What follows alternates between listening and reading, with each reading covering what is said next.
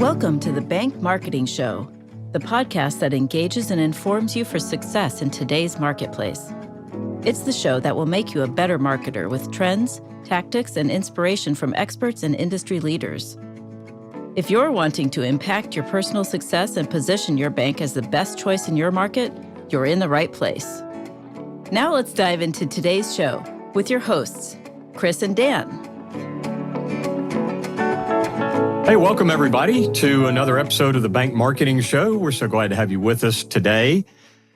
We are very much looking forward to continuing in this series, and I think we've got a great one for you today that is number 4 in our Major Marketing Challenge series. So welcome, Dan. Yeah. Hello. Yeah. Glad to be jumping into another one. Yeah, me too. We found 4 challenges. How many more we can come up with? It's a good thing that that bank leadership folks only have 4 challenges. Who knew?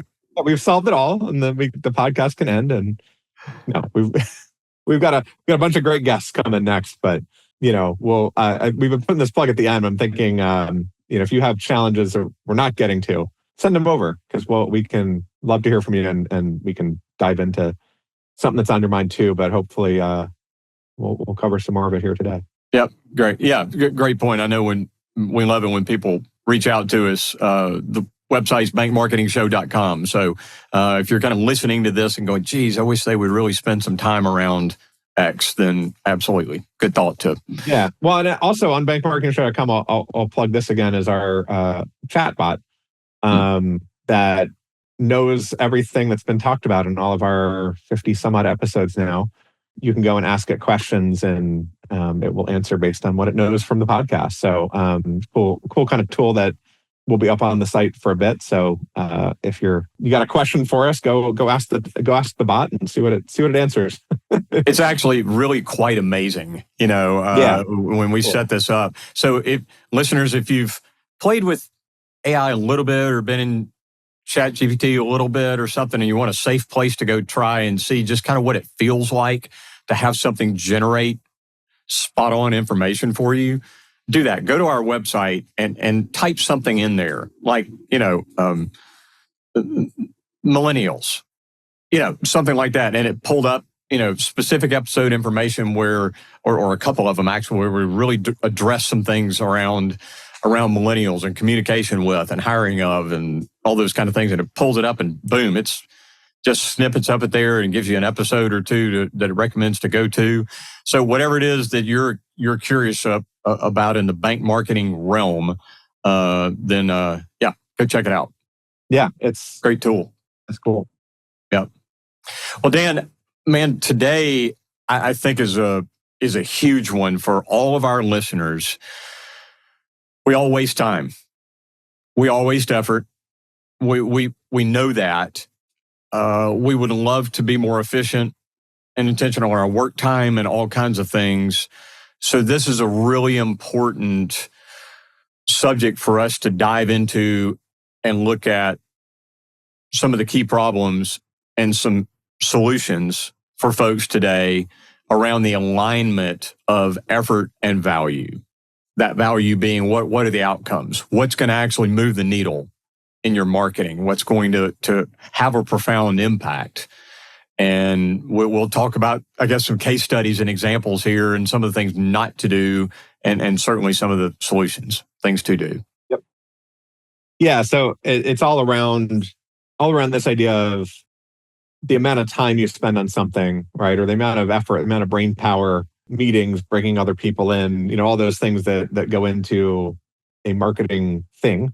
The amount of effort that you put into it should be aligned with the amount of value that comes out of it for the bank, like the amount of bottom line, right? The amount of new account opens, whatever that metric is downstream, right? So spend, seems logical, right? Spend more time, spend more effort on the things that will drive that value for the bank and a lot less time on the stuff that won't. I mean, there's going to be stuff you have to do that doesn't drive a lot of value, but try to create processes, create things that make that stuff quicker. So we'll get into that more here.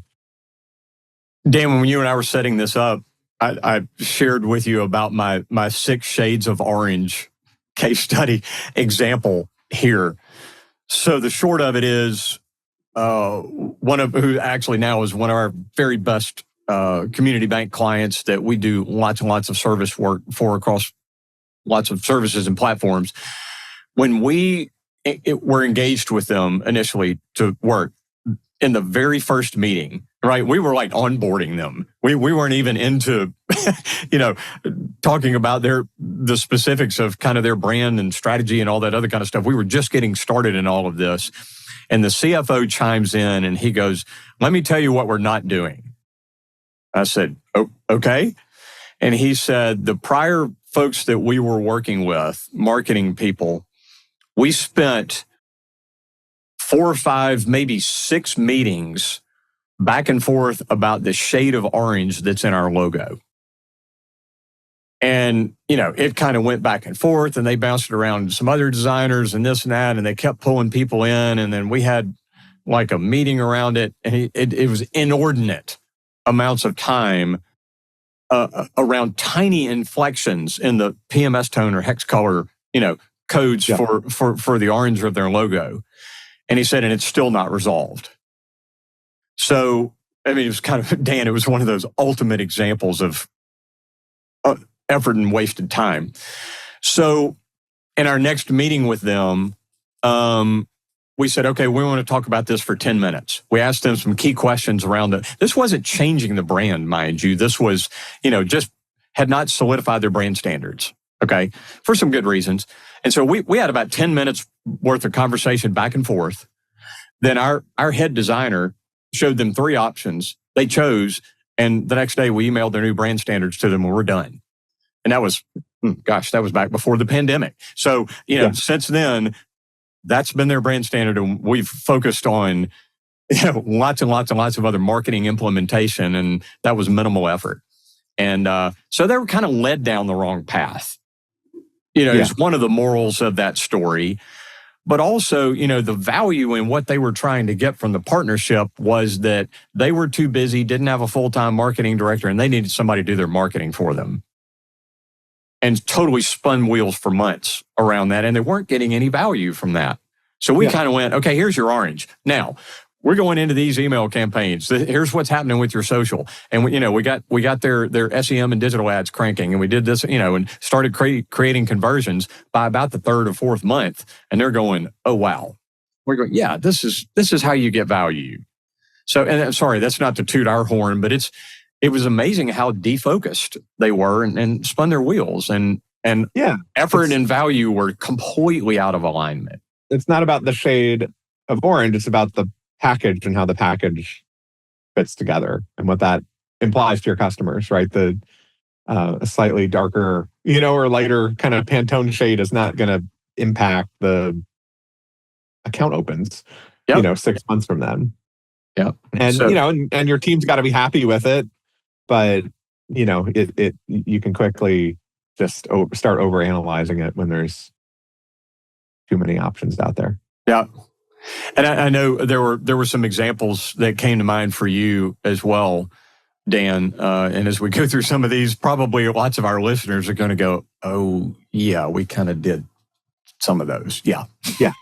Well, I think the theme, right, is most banks, this is true, I think, earlier in my career, I worked with, I worked with non-banks, but it's true for a lot of marketing departments, a lot of business stuff in general, right? But too many banks spend too much time on that stuff that, has no impact to the bottom line. It feels really important to get it right, but, you have to take that step back and think through it. So shades of orange are a good example. And the other one that just came up in a meeting recently was, just a over-analysis on or creating some swag to give away at a parade or something like that. And the bank was arguing on what logo, what version of the logo. Should it be the vertical logo? Should it be the horizontal logo?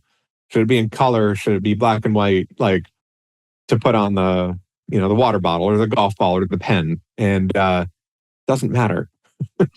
Right? In terms of what drives business to the bank, it doesn't matter. You might need that pen. You should have something at your table to give away, right? But they were spending a lot of time on just that design, and ultimately the design, you got to be happy with it, but those small variations on the design don't make a difference, down the line. That's right. Yep. It's gonna it that the job of that swag is to make somebody kind of feel good in that moment, right? The bank's giving me something. It's let them walk away with something from your booth, or from the teller window or wherever it is. But ultimately, like, that logo variant on it will not matter for, the point of it. Yeah. Right. And what else could you be spending time and effort on that is going to be impactful? Is typically the better question. Knock out the pen, get the pens done, but then spend more time focused on what's your engagement strategy in the booth when a customer prospect, somebody comes up to the booth. What do you say to them when they're there? Yeah. Dan, we had a client of ours that we had been doing some of their work, but had not been running their digital ads for a while. And they came to us. Again, this was recent. And apparently there had been an enormous amount of back and forth about their digital ad designs for their display ads, and whether the background image was like a sunset in the background with the bank sign, there, or whether it was some people in the image in the background. And again, not to poke anybody in the eye here, but apparently there had been a lot of discussion in the back and forth and all that other kind of stuff. And they started talking to us about it, and we were going to run their digital ads. And I said, well, let's do both and we'll A/B test them, see which one works better. And I was met with complete silence. Like, oh, okay. And again, that was not a wasted conversation or effort. Those are real things, because they were spending a good bit of money. So which of those digital ads are going to convert better? That's important. Yeah. And that has value, but I guess they didn't, really reach out and I don't know, again, the effort didn't match the value for different reasons, but I don't know, maybe if they had asked other questions or considered options or gotten a partner sooner, then they wouldn't have had several meetings around which background image. Yeah. In their display ads. Yeah. Yep. Yeah. A/B test it. I think you can do that for 3 or 4 different ones and really answer the question, right? But you could also, I think about it too, like the image might not be the thing that makes the difference either, right? The subject line, is going to get more people to open an email. The font on the display image is going to get more people to sort of stop scrolling and see it. So there's, so many different things to look at. And, if you're working with an agency or a designer, like, they'll have seen that stuff before too. So there's also a tone here of like trust, right? If you're having an expert do something for you, there's pieces to, but yeah, it's like, is that background image going to drive more clicks? What's the point of it? Yeah. I think about it in terms of, and the other example I want to go through is like a good way to think about this, a good way to know if it's going to drive, if it's a thing that's going to impact value, is to kind of think about where the customer or prospect is, like, what's their perspective? Where are they at the moment that they see whatever it is, right? If it's handing out a golf ball, opening an email, seeing a display ad, seeing the logo on the top of the website, like what is their mindset? What do they need in that moment? Just kind of put yourself in the customer's shoes, right? Spend some time thinking about that. And, is it at a moment when they're deciding to click a apply now button or open an account, right? Or is it really just a point where they're getting a brand exposure that's going to help later?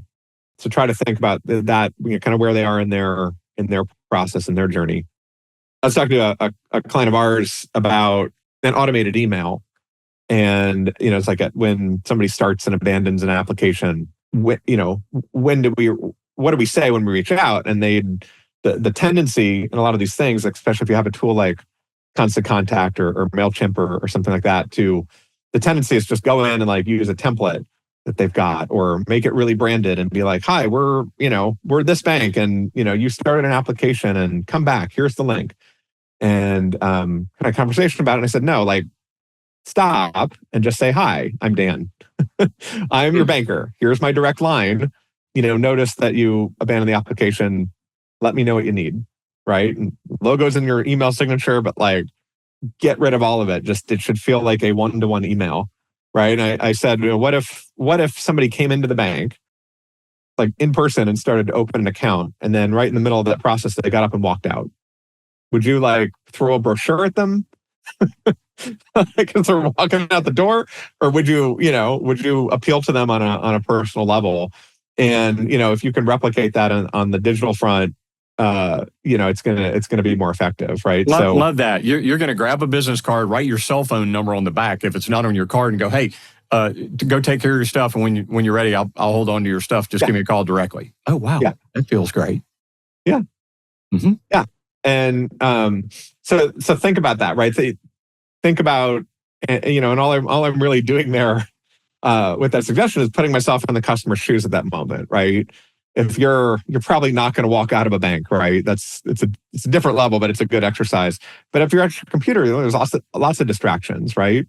Somebody rings your doorbell and you walk away, and then a couple hours later you come back, or you've forgotten about it and you're on to other things. Any number of million things can happen in that process, and you don't know, right? And you don't want to come out kind of too desperate, but you just want to be like, hey, look, I'm a person, I'm a human being, I'm here. Call me, and we'll get it taken care of. I can make this process easier for you. And so, like, it's really easy in terms of aligning effort to value, right? It's really easy to go into Constant Contact and pick a template, throw your logo in it, and get that thing automated and set up, and you forget about it. But what you should really be doing in that moment is saying, well, this is like the most important moment. One of the most important moments for a bank is, I'm sitting here, I'm opening an account. That's, what all their marketing efforts lead up to. I'm opening this account, and that's a moment where you should be spending some time thinking about what the customer's doing. Put yourself in their shoes in that moment and think about what they really need. Maybe it takes you an hour to craft a one-line email, but it's worth it in that moment, because it's to get more account opens, not just to hand out a pen at a parade. Well, we gave a couple of good examples of where to not spend your effort, and everybody listening to this show could probably come up with lots of them and think back about wasted time. Yeah, and but I love that one about, okay, there are lots of examples of where you should spend extra effort, time, and all that, because of the value that can potentially come from that. Yeah, whether it's a service item, or like you say, like it's an acquisition of a new account or customer. What could be more significant than that? Yeah.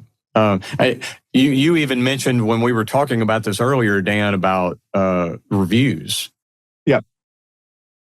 I remember you mentioned that. Yeah. I mean, that's the other piece of, I think every bank, especially community banks, could use more Google reviews. And that's a thing I talk to banks a lot about, is get more, right? You don't need hundreds and hundreds of reviews, but you want to set up a process where you get a couple a month. And that's going to help with your SEO. That's going to help with, as people are doing research on your bank, like the perception of you.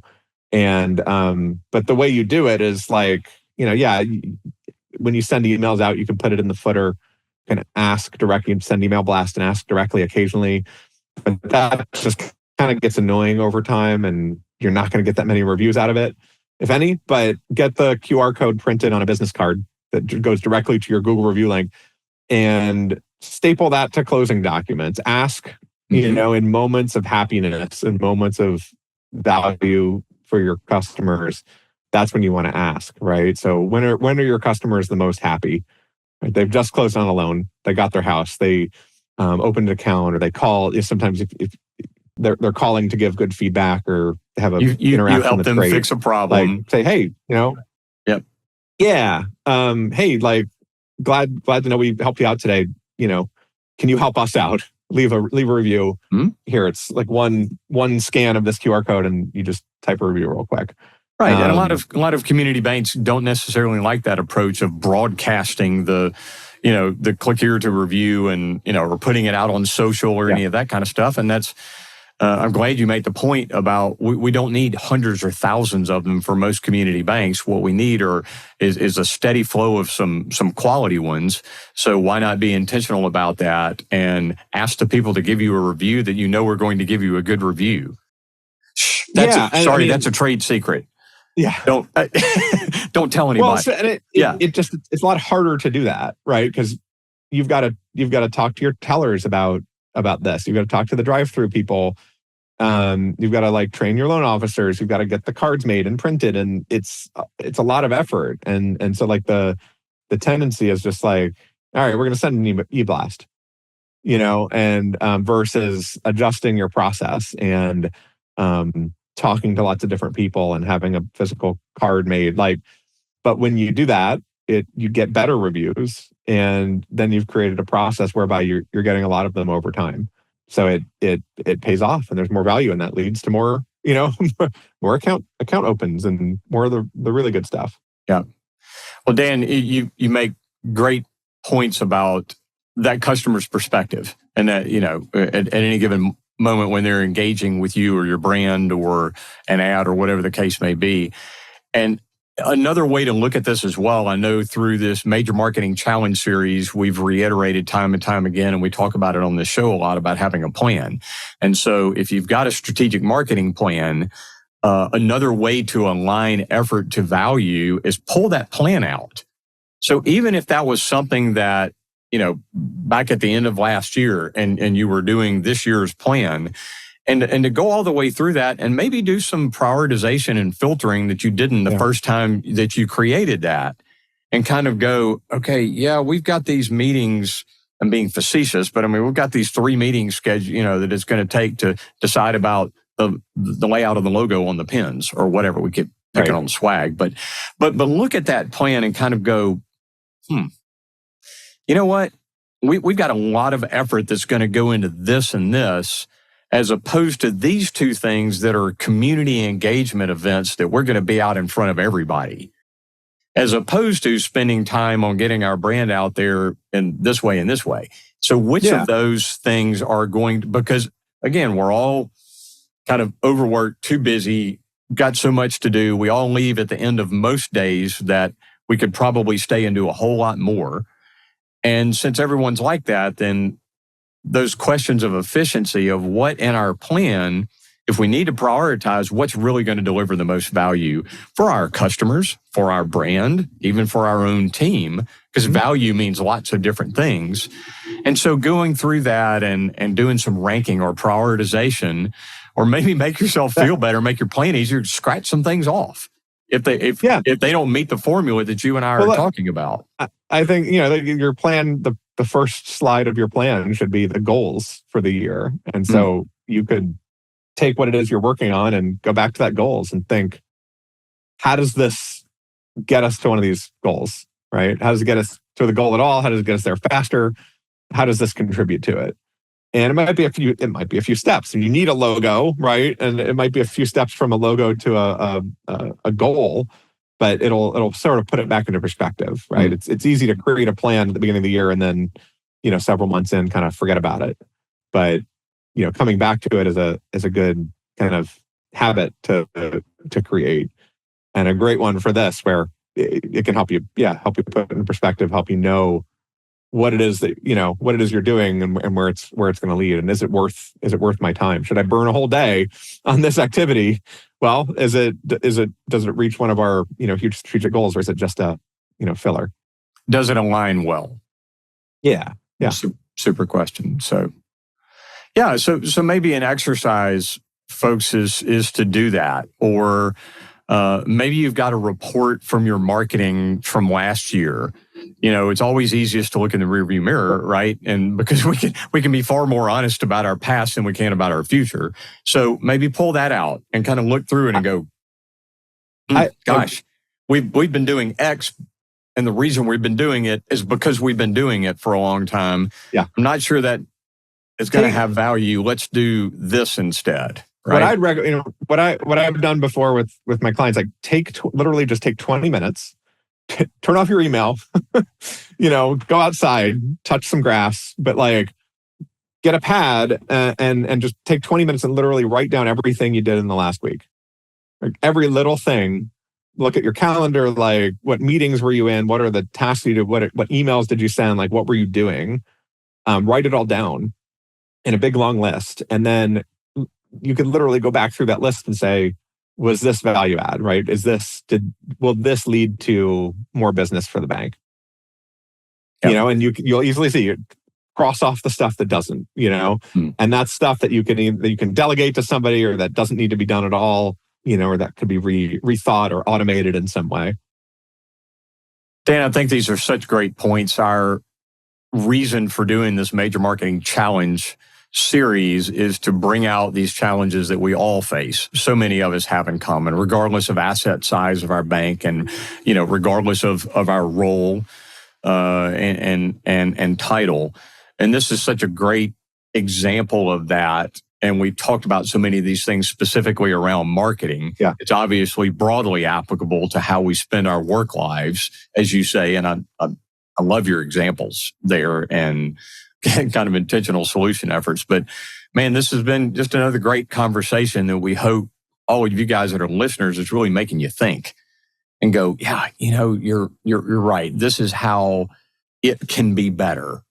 Yeah. And that's a big part of the Bank Marketing Show and what it is that we're doing, Dan. Yeah, absolutely. Very cool. Absolutely.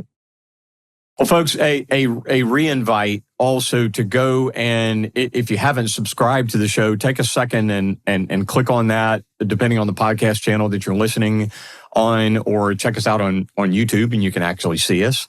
But subscribe there because, as Dan mentioned at the beginning of the show, we've got the next couple of months filled up with some really dynamic guests, some stuff that we've been working on for a long time. Very excited about where we're going next. Can't wait to get there and bring all of you guys along with us. Yeah, this is going to be great. I'm excited to talk to some folks and give you all a break from Chris and I's banter back and forth. We'll add a third person in the mix here. Looking forward to it. So some great stuff coming, and stay tuned. Stay tuned. There you go. Folks, have a great one. Thanks for listening in today. Hope it was of real value to you and was great alignment of your time. And keep it going. We'll see you guys next time. Yeah, thanks all. Thanks for joining us. To go deeper or get access to some of the valuable nuggets from today's show, go to bankmarketingshow.com. There you'll find episodes, links to resources, and much more. Be sure to subscribe wherever you find your podcasts. And join us next time.